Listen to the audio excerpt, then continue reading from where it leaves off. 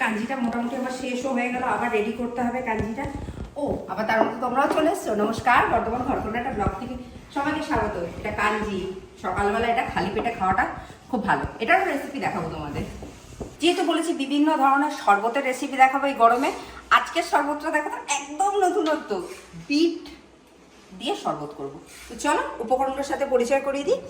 এখানে লাগছে বিটের রস, শুধু বিটের রস, বিট নুন, লেবু রস আর একটু বরফ। শরবত মানে বরফ দিতে হবে। আর লাগছে একটু স্প্রাইট, আর কিছু লাগছে না।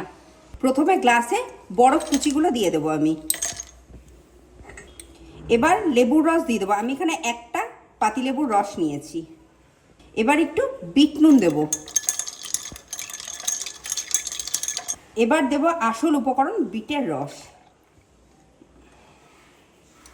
আমি এখানে স্প্রাইট মেশাচ্ছি, তোমরা চাইলে এখানে সোডাও দিতে পারো।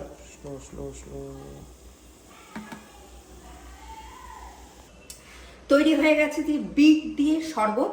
তো আমি তো এটা খাবোই। আর তোমরা এই যে গরমে যে ধরনের শরবতগুলো আমি রেসিপি করে দেখাচ্ছি, তোমরা সেগুলো অতি অবশ্যই বাড়িতে ট্রাই করো। আশা করি ভীষণ ভালো লাগবে আজকের শরবতটা। আজকের ভিডিওটা যদি ভালো লেগে থাকে তোমরা অতি অবশ্যই আমার চ্যানেলটা সাবস্ক্রাইব করো, শেয়ার করো, লাইক করো, প্রচুর প্রচুর কমেন্ট করো।